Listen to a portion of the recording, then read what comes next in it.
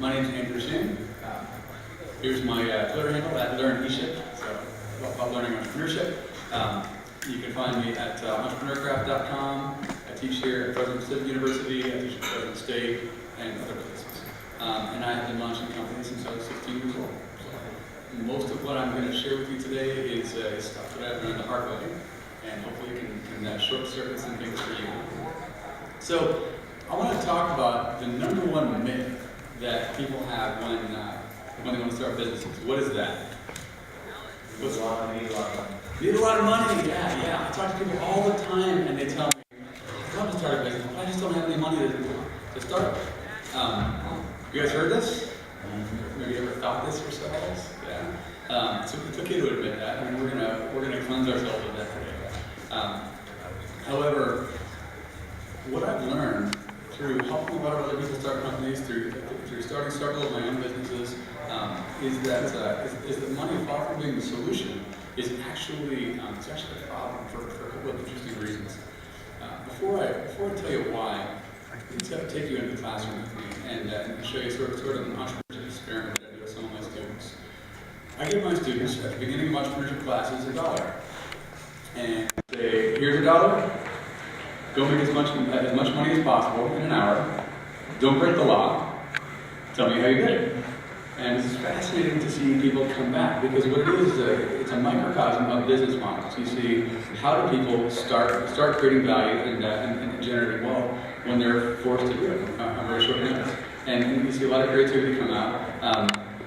But what happens is that the students who are really successful at this, and I didn't make this up, by the way, I heard it off from Stanford, but the people who are really successful at this take that $1, stick it in their pocket, and start looking around for other resources that they might have. That's the internal. Really interesting. The people who are least successful focus on the $1 and go try to buy something and then sell it for a higher price. It's kind of a classic transaction. What's interesting is that people come back to me after this exercise, and I ask them, would you have done anything differently if you had $10 instead of $1? And by and large, the activities that they've taken are not significantly different. So what this points to is that they would either experience about the same level of return, or in some cases, if they made the same amount of money with a 10 times investment, they're actually cutting their return on investment down by 90%, just by adding more money to the mix. Very, very interesting. The people who do really well, I've seen two examples of people who just knocked it out of the park. And one student came back into the classroom, starts pulling dollars out of everywhere, and he's like, got change in every pocket. What on earth did you do? Well, what he did was he went around campus, and he found people, and he asked them 2 questions. How much money do you have on you? And what can I do to earn that from you? Very, very simple. But instead of starting with like, hey, I'm going to go buy candy and break it out and resell it, or I'm going to go buy pizza and kind of sell it by the slice, just okay way to approach business. He started with a customer, and with customers, he started discovering their needs and then meeting those needs specifically. You want to guess how much money he made in that exercise in 1 hour? Most people make $2, $3, $7, so on. Any guesses? $50. He actually did more than $50. Yeah, he made $86 in that hour. $86. And he didn't use it all that I gave him at all. And another student go out and take. He found his pet bulldog. He's a Fresno State student, and Fresno State's the kind of bulldogs. He went and found his pet bulldog, and he started posting on Snapchat. Hey, for the next hour, anybody who wants to can come pet the bulldog for donations. He made $200 in that hour by renting out the right to pet the bulldog. He didn't use my $1 at all. It's fascinating. Those people who hang up on the $1 when they're starting businesses actually find themselves limited. And there are a couple of really good reasons for this. So first of all, money keeps you from hustling. If you're willing to hustle, if you're hungry, if you don't have resources to fall back on, then you will create a better, more sustainable business model. And it's actually linked to the other reason that too much money is a problem. I have worked with several friends who have started businesses, and they've started them over-resourced, and having too much money has masked some serious problems for them. Specifically, they weren't something that customers found value in, so customers weren't willing to pay for what they had. They might not have priced or created their business model correctly, so either the prices are too low, their costs are too high in some area, but you don't know it because you have money sitting there, and this money keeps paying for your operations. If you have no money but one customer, what happens is that you go to that customer, you serve that customer. The customer pays you for something that they find valuable, and now you have money. If you start with too much money, what happens is that you start offering yourselves your services and products instead of to one customer. You start offering them to everybody. You say, my stuff's available to the general public. I'll sell to anybody, which is, in theory, is a good idea, right? Like you'll take money from anybody and serve them. However, when you start trying to sell to everybody, very, very few people find you, and you end up spending a lot of money trying to reach everybody instead of trying to reach and serve just one customer. So I walked through this through a pretty painful experience with a friend who got into a partnership, and he spent several $100,000 starting a business that eventually didn't work. If they had started with a lot less money, they would have gotten to failure very, very quickly, or gotten to failure very, very quickly and then innovated and made themselves a sustainable business. So there really are real costs to starting with too much money. Most people don't actually need money. Most people need a weekend. Another experience that I have done in some of my classrooms, I'll go around to students and say, all right, I've got $500. I'll give whoever needs this most to move their business forward $500. First of all, who would take $500? Surprisingly, not every hand in the room goes up. And I always wonder, why are more people not willing to take $500? But that's a separate question. When I start going around to people who raise their hands and asking, like, what do you need $500 for? What do you need $500 for? Almost always the question is answered by, oh, hey, I need $500 for a website. And you don't need $500 for a website. You need a weekend for a website. You need to get on the internet and figure out how to make one. I mean, it's a very low cost thing to do, and yeah, $500 is not what you need. What do you need? Oh, I need $500 for a marketing campaign. Well, you don't actually need $500 to run a marketing campaign. With a marketing campaign, go spend $8 on J. Conrad Levinson's book Guerrilla Marketing, and figure out how to do some marketing for free. Because there's a whole lot you can do with marketing and sales that doesn't need that $500. Most of the time, I'll go around the room, and what almost everybody in the room needs is not money, but just some hustle and time. So you don't need $500. You need a weekend. More than a weekend, though, the basic components of a business are: you need to be able to do something of value. You need a customer who can who finds value in what you're doing, and you need a way to collect money. That's it. Those are the basics. So what I encourage people to do is go find one customer and serve that one customer well. When you find a customer and find what their needs are, you can customize and tailor your offerings to that customer, and start learning how to actually serve people's real needs instead of bringing a predefined conception to the market. So as you are as you're looking at this sort of like serve one customer idea, a couple of additional thoughts here. Can you hit the next slide for me, Miguel? Thanks. All right. The approach is to start with one customer, but not to stop there, obviously, because that's not sustainable. Unless you have one really, really good customer, in which case it might be sustainable. You serve that one customer and be happy.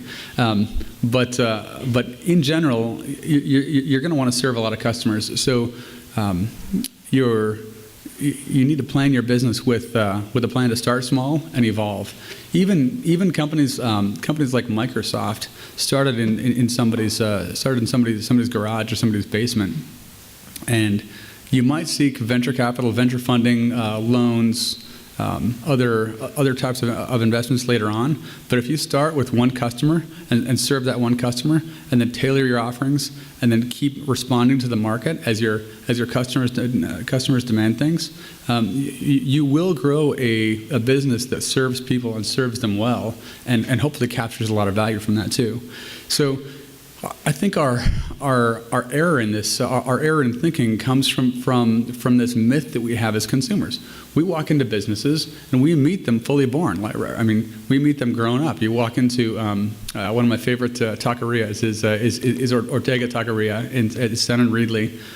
Really great place for tacos. You walk into Ortega, and they have these, they're very successful, sometimes lines out the door.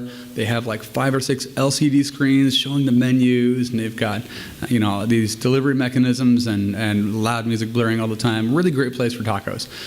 But if you were to walk into Ortega and think, oh, this is what a Mexican restaurant is, let me start adding up. How much do I need for those 5 different TVs across the front with the menu? How much do I need for the tables and chairs? If you start thinking to yourself, if I want to replicate this, I need X amount of money. What you're ignoring is the fact that Ortega wasn't born that way.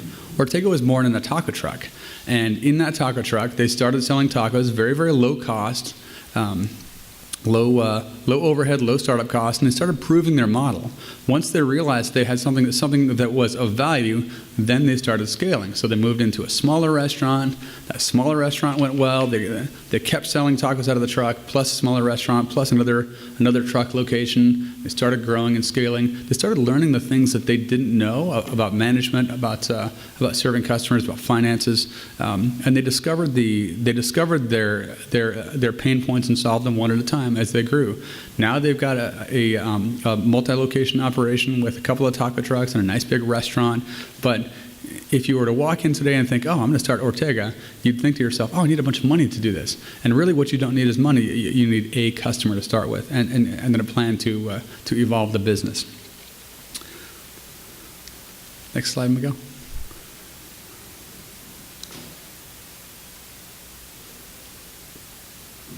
Sorry. So I actually have a toolkit put together for you with hopefully some pretty practical examples for exactly how you do this kind of like starting with little to no money thing. And I think we have it here. I'm going to shift over to this mic so I can see the slides one quick view.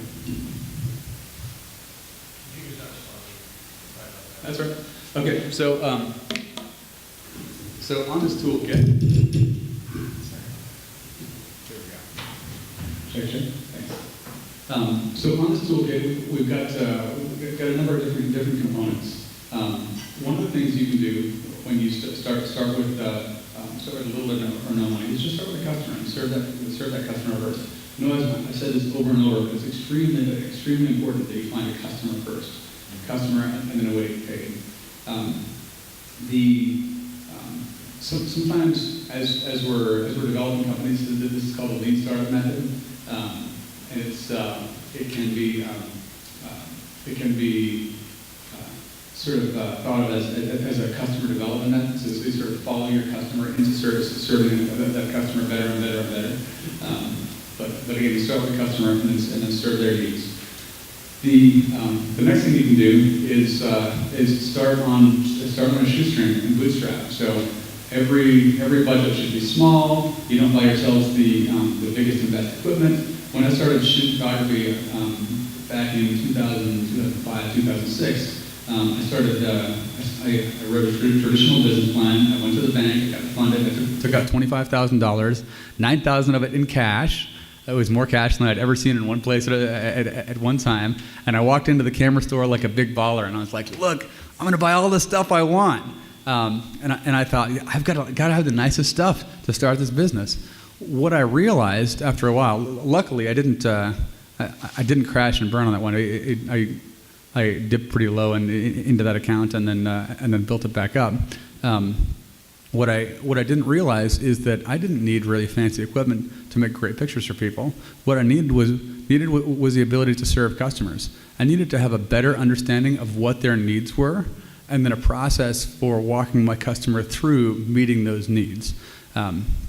So I really wish that I would have started with less than $25,000 because the $25,000 masked my deficiencies.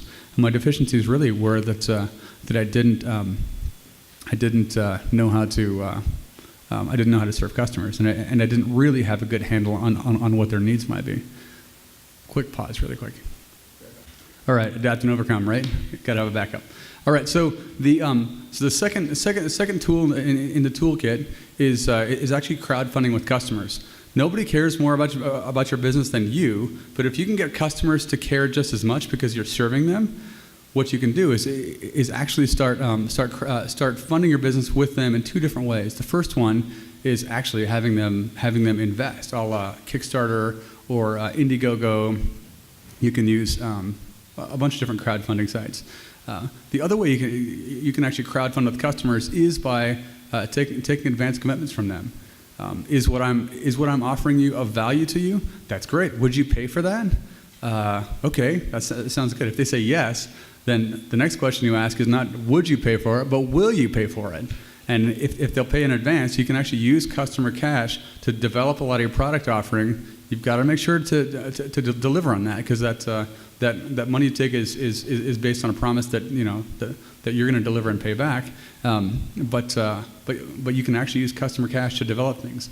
I helped a student do this once. They were creating a T-shirt company, and they took about 30 or 40 pre-orders, and then took the money and developed the T-shirts. Delivered about 1 month later. And then kept the difference and paid for the T-shirts.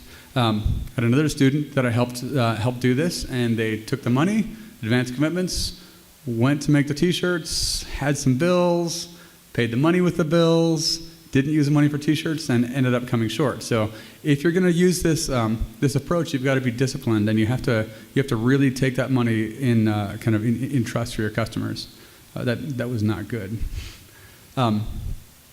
The next tool in your toolkit is using vendor credit. So just like you can ask customers to prepay for things, you can also have vendors extend you 60 or 90-day terms on credit, sell the stuff that you buy from the vendors, and then pay vendors off. There might be and there should be, and it's appropriate to ask for an interest rate on things like that.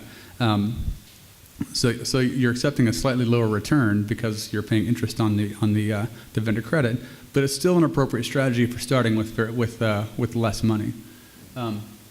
Next tool, I mentioned it before, buy J. Conrad Levinson's great book, Guerrilla Marketing. There are tons and tons and tons of ways that you can connect with real customers, get them to do referrals for you, and help gain more customers, especially with social media, you guys. I mean, if you're starting a business today and you're not using Snapchat and Instagram, I just don't know what to tell you, because those platforms, while there are options for paying on Twitter and LinkedIn and can you advertise on Instagram? Anybody know?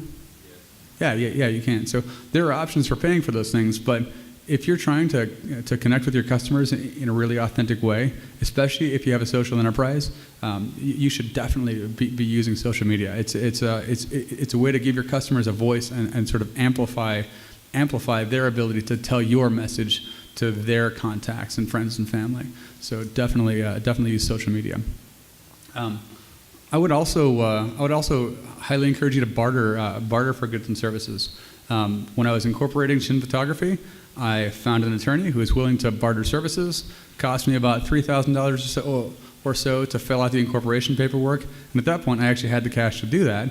But I'd rather not spend that cash. I'd rather put it towards something else that's going to make more money in my business. So I went to this attorney friend of mine and asked if we could trade services, and sure enough, he traded me $2,700 worth of pictures of his kids for a full incorporation service, which is great.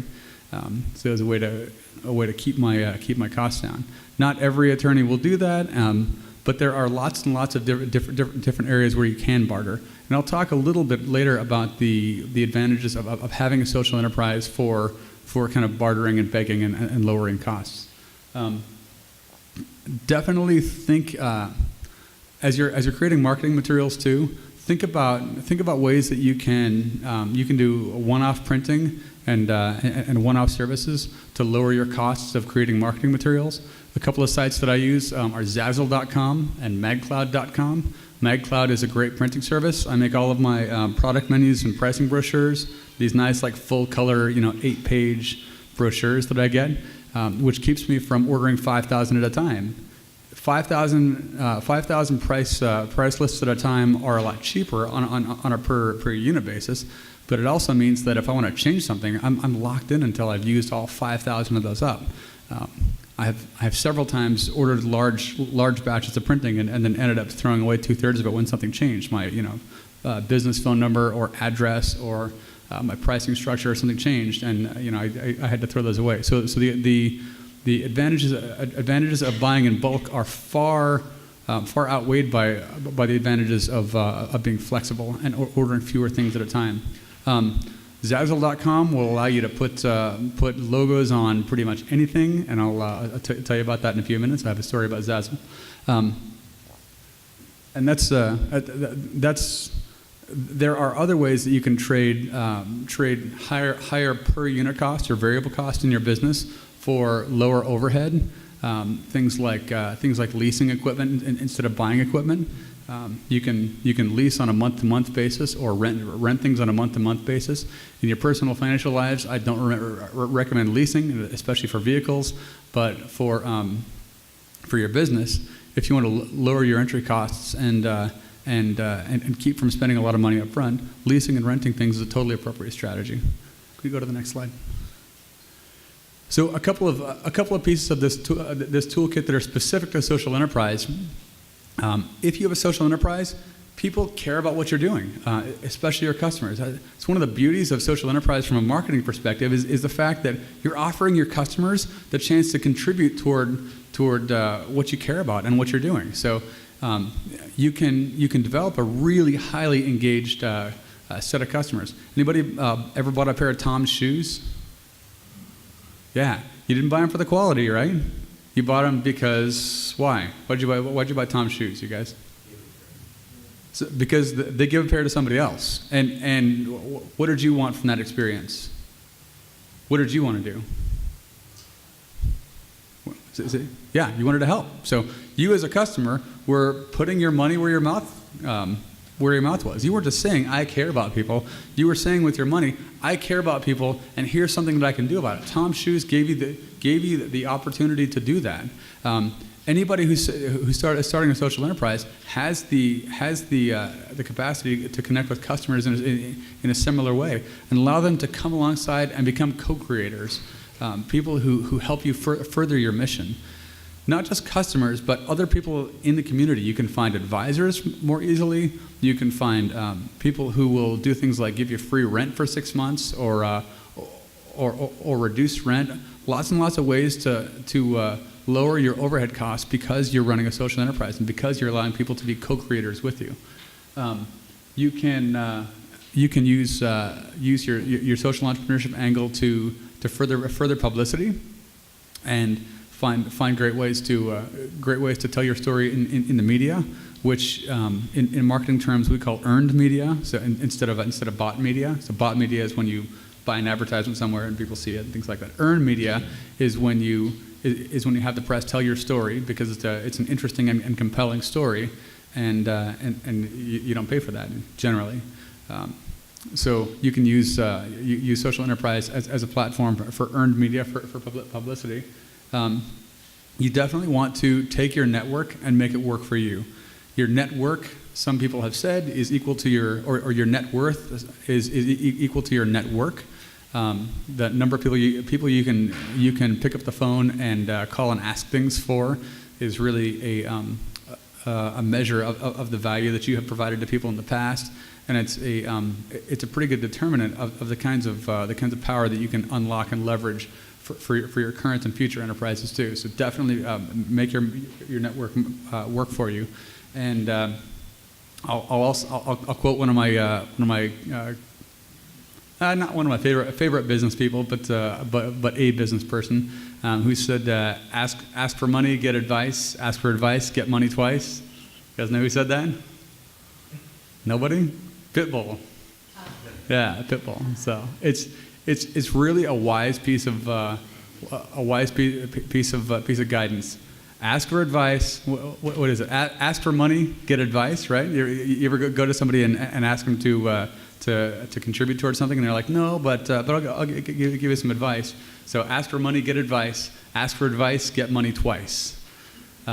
If you go and ask for advice and help and guidance, first of all, what you'll find is that people have far more to contribute than just money. But people who are willing to come alongside and be advisors and invest themselves in helping you with your business in some way are also much more willing to pull out their wallets and help you fund your business. So definitely take Pitbull's guidance. Next slide.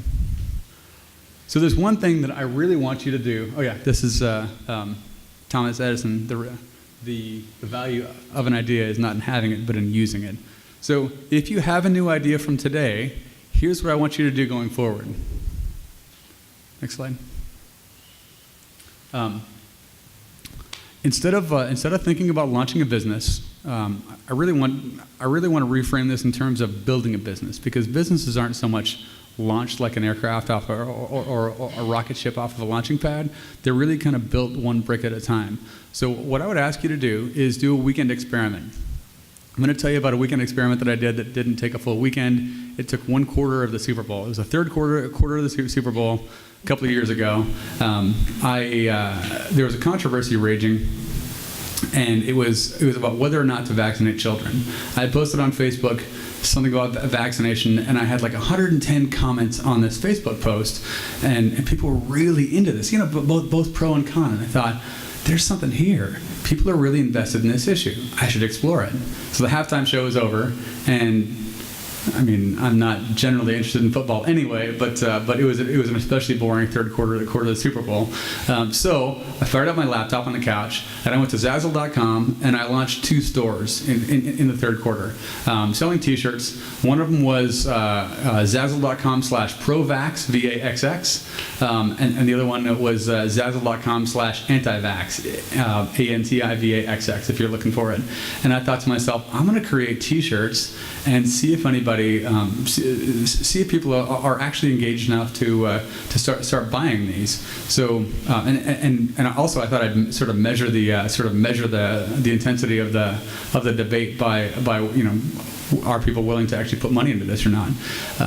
And what I found is that first of all, nobody buys my anti-vaccination shirts. Or people only buy my pro-vaccination shirts. It might be because the design's more clever. Who knows? But it was an interesting thing to learn. I also learned that you can start a tiny little enterprise like that just by following what people are passionate about. So I found a customer.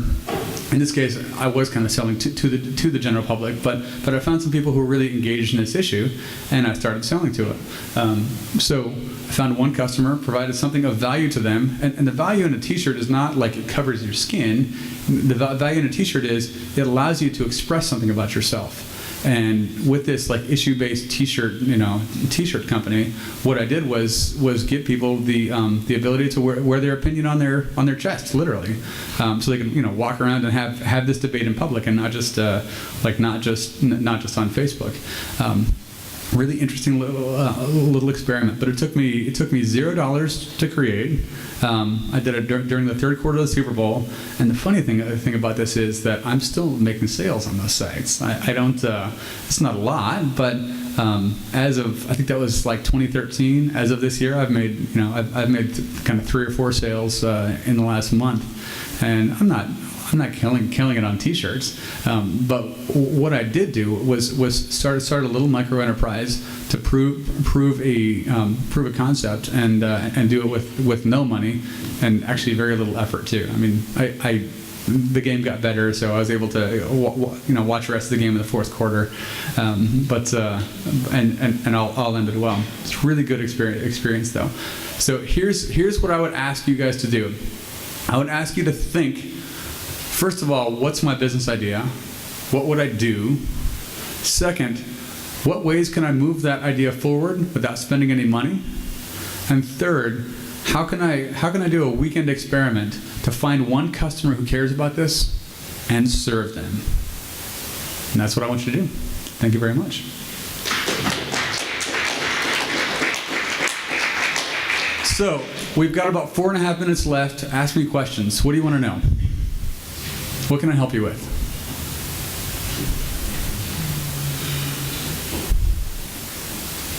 Poke some holes in my theory. Tell me why I'm wrong. Let's debate it.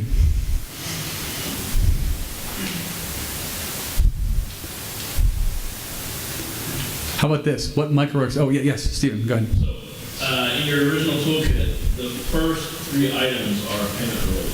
Makes sense. Sure. But I know from when I looked at the vendor credit is very interesting to get because sometimes they don't do terms. It's not easy, yeah. And some vendors just won't do it at all. Yeah. Yep. Until you've got receipts. Yep.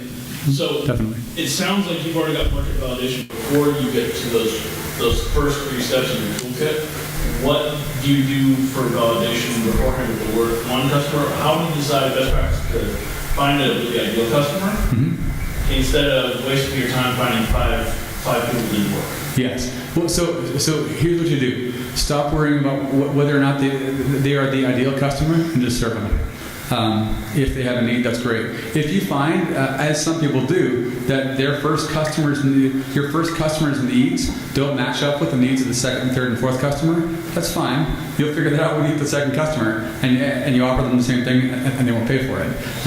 But it's still a much cheaper way, cheaper and faster way to fail at that allows you to course correct, change, and then keep tailoring your offerings. But you will grow some wisdom around what customers need from you as you serve them. You'll very quickly get a visceral sense of the market, as in doors slammed in your face, lots of no's, things like that. Yeah, good question. Other questions?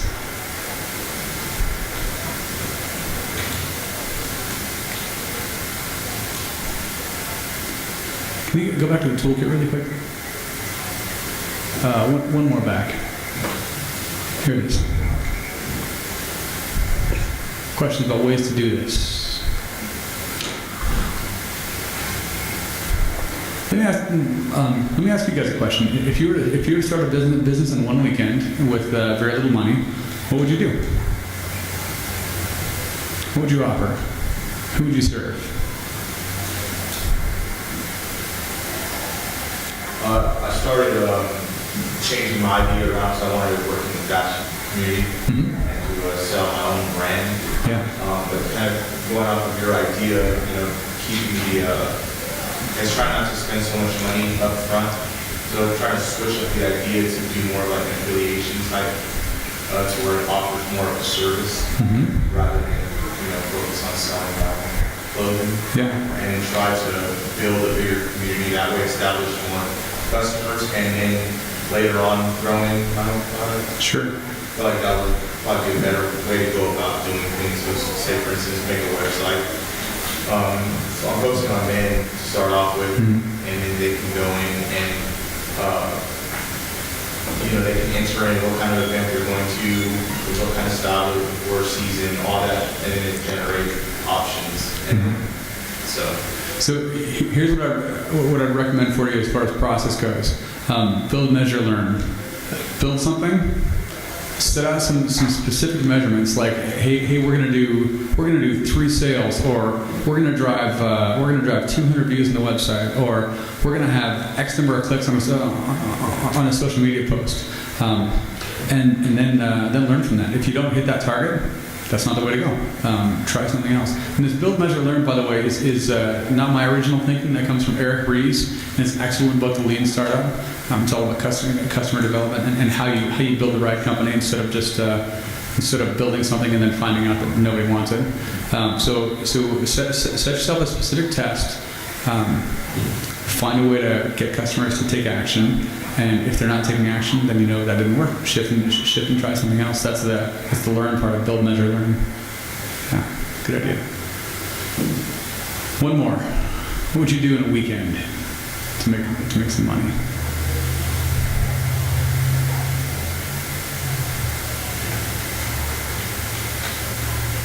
Little experiments. Serve one customer. Steve, you got something? One of the things you talk about is doing a website. We had the idea for fashion, for something like for fashion, and then also educational accessibility for your websites. Trying to which one actually use Yep. and which one is viable. Yep. How long do you have to wait to know if it's viable? I would. I'd set yourself a pretty short time frame. Start interacting with people on social media around those topics you're interested in. Set up a web page. This is called smoke screening. It's a really good tactic. Set up a web page for each one. On that web page, make a simple sign up form saying, "Hey, this is what we're going to do. It's in beta right now. Enter your email address to find out when we launch."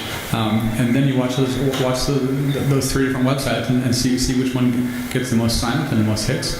You can spend a little bit of money on Google AdWords to drive traffic to those sites. You can post about it on social media, but definitely do anything you can to drive traffic and find out. If people are interested, they will sign up for those mailing lists. And what you get is, first of all, not just a validation and a measure of their interest. You also get a potential new customer list or a prospect list. So you've got your first 200 people you plan to sell to right off the bat without spending any money up front. So really good tactic. Lots and lots of different ways to do this. I hope I've given you a couple of them. Has this been of value, you guys? Good. So again, go find one customer, meet their needs, serve them, and if I can be of any help at all, please let me know. Thank you.